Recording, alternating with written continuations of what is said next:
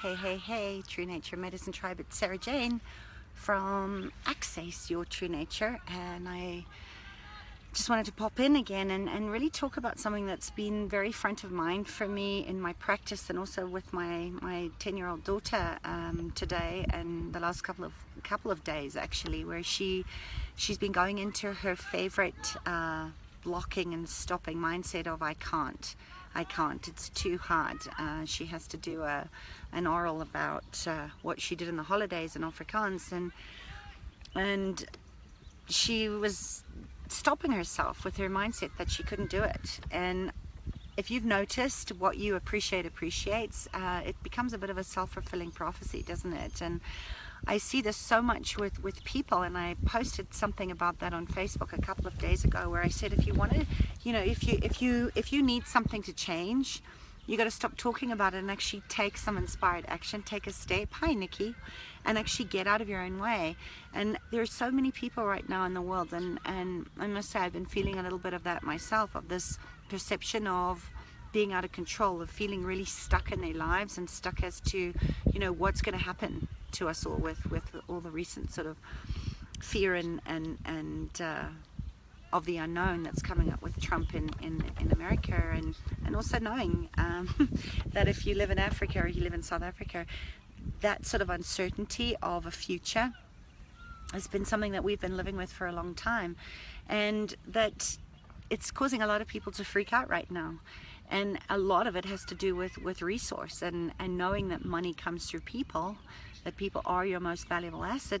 Now more than ever, the world actually needs you to step up and connect and do what you're good at, so that people can find you and you can get them out of pain, and because they're out of pain, they get to inspire other people. And something that's sort of been rearing its head a lot and sort of having an effect on my own reality is this thing that there's not enough to go around. I've just opened up a new program to the public, and a lot of people that, when I got on conversation calls with them a couple of weeks ago, were like, yeah, I really want this, and I know it's time, and I've got to stop playing a small game.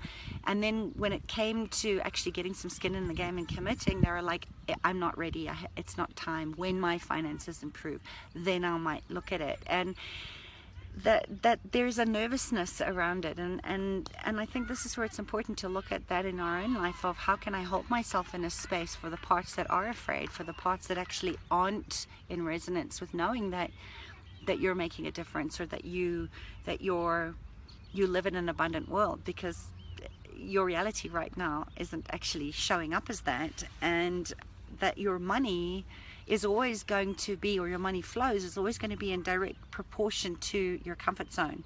So if you want to overcome resistance, you have to consciously look at where are you holding yourself in that experience that it's not safe to invest in yourself or spend money, or whatever it is that's going on in your money mindset right now. And I feel like I'm even a little scattered talking in this conversation, but I want to really invite you to look at where you're not feeling safe right now in your life, because one of the biggest fears that I see people holding as their reality, that they're really locking into their experience, is I'm not confident to choose this, or I'm not confident stepping out of my comfort zone, or I'm not confident saying this, or I'm not confident in showing up, is this fear of losing. And it's this fear of losing money, actually.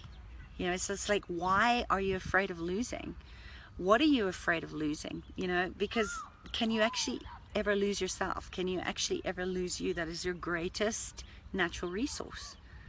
And it comes from two places. Either the thought that there's scarcity, instead of thinking that, I live in an abundant universe, and as long as I have a mind and I have a body to get me places, I am a regenerating resource of abundance. And the other part is where people actually don't believe in their ability to create a great life for themselves and for their families. And it's just like, where are you believing that your ability is replaceable, that you are going to either attract the same or more of the same? Am I making sense? I only see two of you online here, but You know, why don't you have the money and the resources that you want in your life? Because if you notice, the more that you go into the fear and the can't, and I can't do it, and I don't have the resources, and the more you start buying into your story, you can't really get to identify what it is that you're really afraid of. You know, there's always, and it's always been in my reality until I proved myself right, that I had to lose everything. There's always this fear of having. If I have this, then what will happen in my life? Will people go away? Will there be more responsibility? So you have to look at that. You have to look at what is underneath the fear of not being willing to claim and own and create and generate your abundant life as this natural resource. And look at where it's bringing up old and unconscious habits for yourself, so that you can see it. Because once you see that, and I do this exercise with my private clients, and I also did it in the 7-day belief challenge, where if you actually notice, and if you can see it, you can relax around money. You can relax around the fact that you have everything that you want, that you can always have whatever you want, but you don't have to buy it. You know, you don't have to pay for things. You got to be willing to look at, where am I willing to step out? Where am I willing to push the edges or go beyond my current comfort zone in order for money to show up, in order for people to pay you, in order for the things that you want to come into your life? Because when you notice the fears that are really keeping you stuck in that old story, you'll often see that it's a rational fear. It's not real. You know, if you lose it, like I did a couple of times, you can make it back. There's money everywhere. It's not, you know, it's not the experience of now you know why. It's where are you holding on so tight that you hold less. There's less circulation. And where are you living in neediness? Are you living in neediness, or are you living in abundance? And how can you start to change that sort of internal dialogue with money as you being the resource of abundance, of manifestation, and look at where you can start to put some tangible trainings in place that you do it with repetition every single day. Like I said to my daughter today, the more you practice, in our challenge it was read, recite, and role play. Read somebody else's work. Read something over and over again, like my daughter with her Afrikaans essay, or her, you know, where she has to stand up and talk about her holidays without notes, until you know it off by heart. Visualize it. Remember what your holiday was. Remember the things that you did. Because when you're being in authenticity and you are standing in your truth, you don't have to remember. It's all there in your experience. And then when you do this with money, so, you know, one of the things that I always encourage people to do is be willing to have money, to be willing to have money play with you, to keep it on your body, to have it in your wallet. And one of the things that in the challenge was to go to the ATM or the bank and withdraw a huge amount of money, you know, amount of money that had a bigness around it, that there was still some kind of charge, and to count it out, to literally take out whatever it is, $1,000, 1,000 Rand, 10,000 Rand, whatever it was, and to count it out, 100, 200, 300, 400, 500, 600. And when you get to the end of your pile, so say it was 1,000 Rand, to pick it up and count it again and carry on. 1,100, 1,200, 1,300, 1,400, 1,500, and do it every single day until that number that you weren't comfortable having has no emotional charge. There's nothing logical or rational about it. It's just you being willing to have money. And look at the contrast of fear of losing the money. And maybe that's a story, that it wasn't safe for you to have money, or you lost your money in the playground and your parents shouted at you and said, how could you be so irresponsible? So you take on this belief that it's not safe to have money because you're not a good money manager. And then, you know, look at the other side of that too, where when we're too excited, you know, too excited about money, which is the other side of need, And you know, we want to be eager, we want to be inspired, but we don't want to get excited about money. We want to relax around it and appreciate the money that you already have flowing into your life. Notice it flowing. Notice that money likes to circulate. If you're paying something out, ask that money with gratitude. Thank you for being in my life in order for me to be able to have this groceries or education or whatever it is that you're paying for, and allow for it by inviting it to come back to you 100 times over.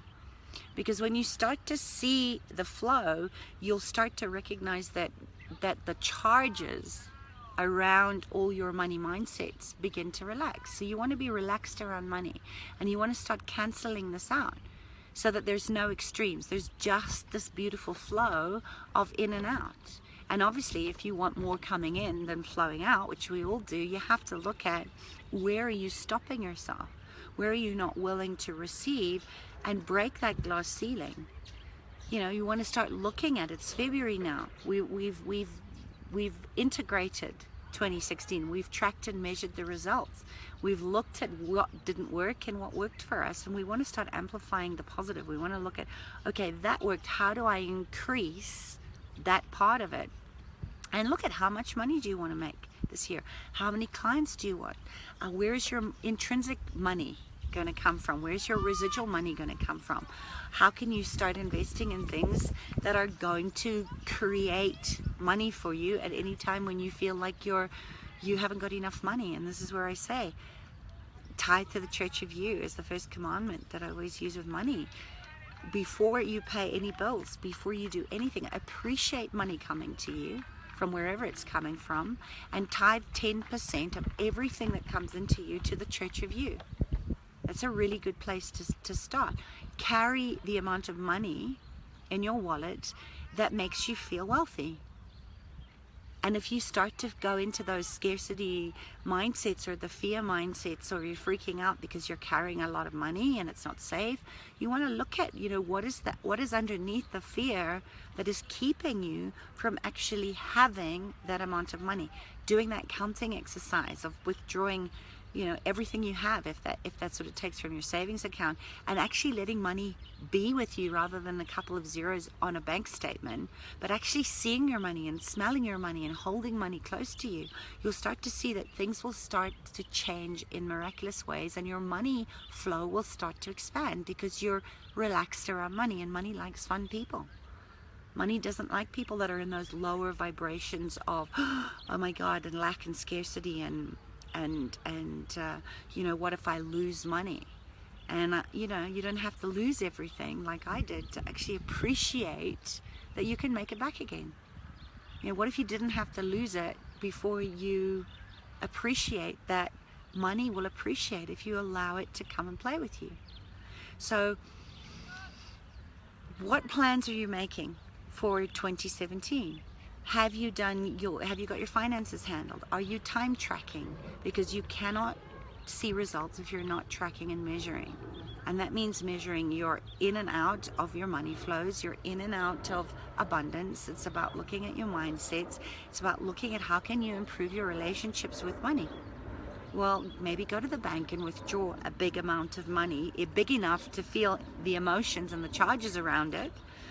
And then also mentally spending that money in your head all day long to get to the point where you actually don't ever feel like you're in lack. Just being able to know, I can have that, and I could buy that, and I could do that, and I could, whatever you want to do with money. So mentally spending money in your mind all day long and allowing money to stay with you. Another thing I always tell my clients to do is, if you get money coming in, put your 10% into your 10% account, and then hold on to the money, right? Similar to the withdrawal exercises.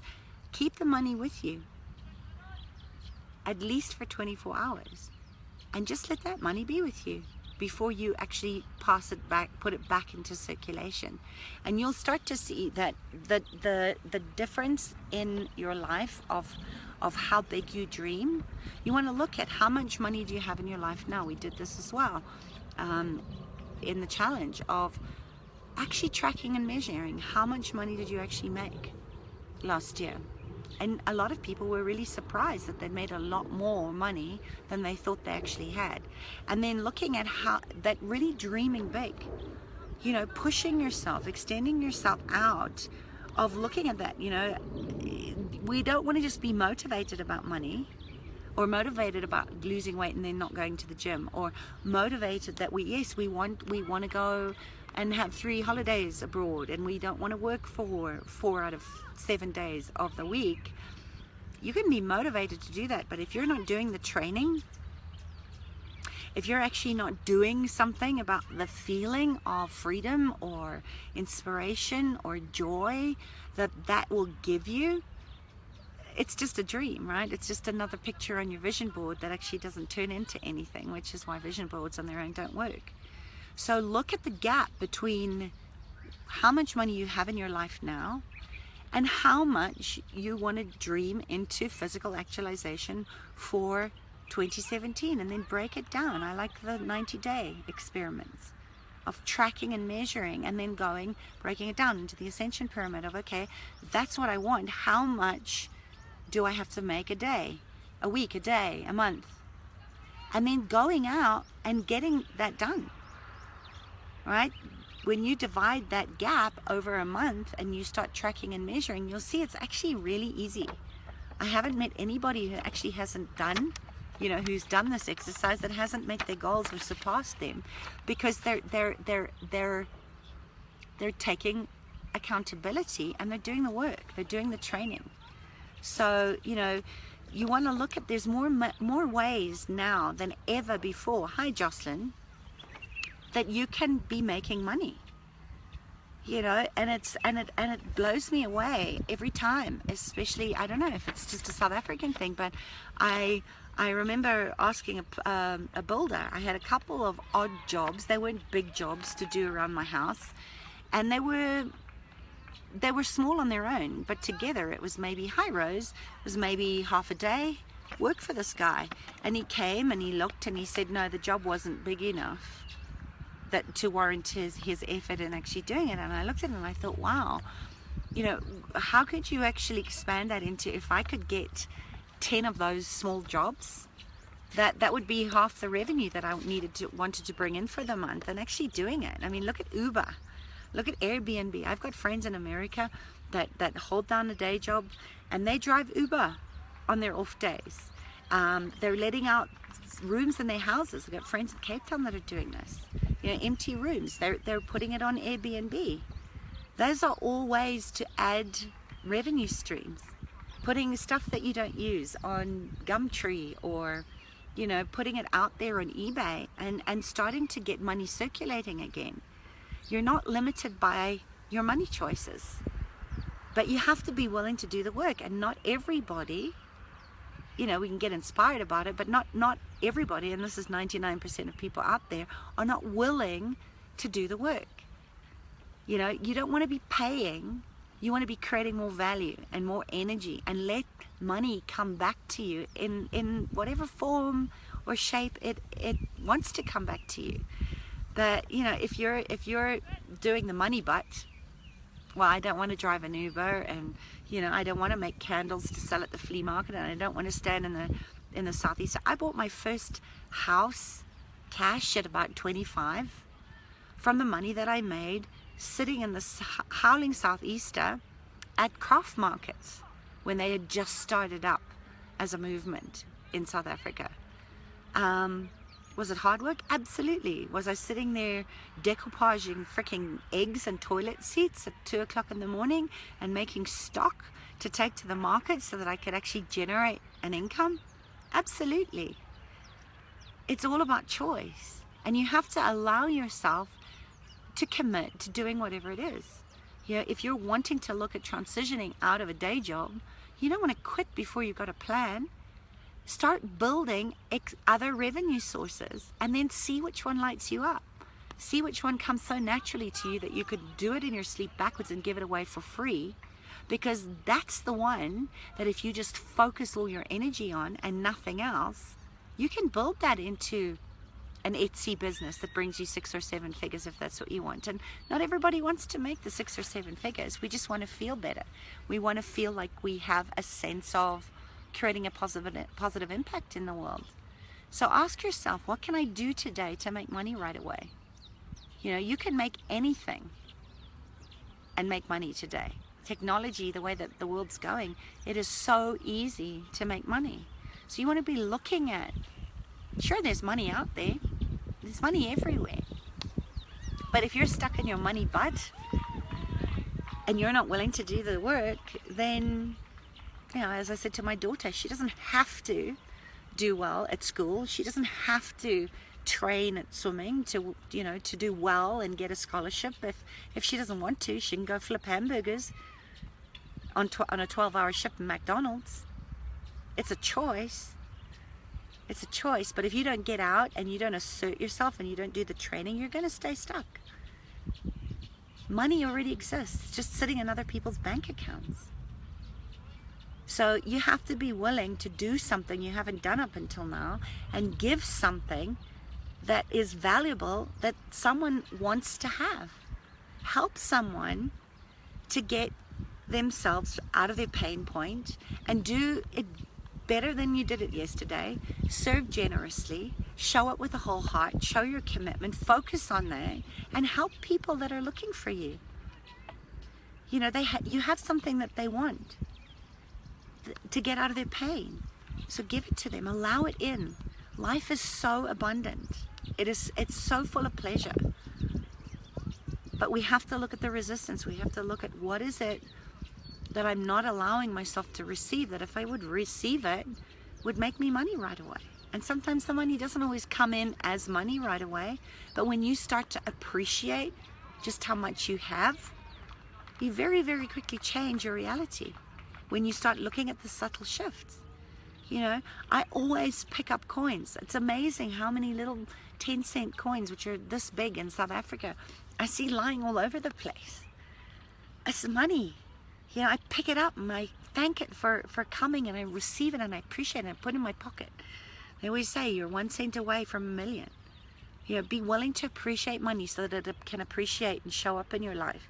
And you have to be willing to get to that place of being easy and relaxed around money. You know, it's just energy. It's energy in motion. So how can you start to change your reality? How can you start to admit where you're afraid? You know, even though I've lost money before, I'm still afraid of, well, what would happen if I lost it again? And then I have to have some allowance and some compassion for that part of me that remembers that story and that experience. And I have to remind it that I can make it back again. So can you. You bet your bottom dollar. Yeah. Yeah, money's there. It's just sitting in other people's bank accounts. Yeah. Oh gosh, Rose, I would love to come do fixer-upper houses with you. It brings me so much joy to breathe life into things that people are throwing away.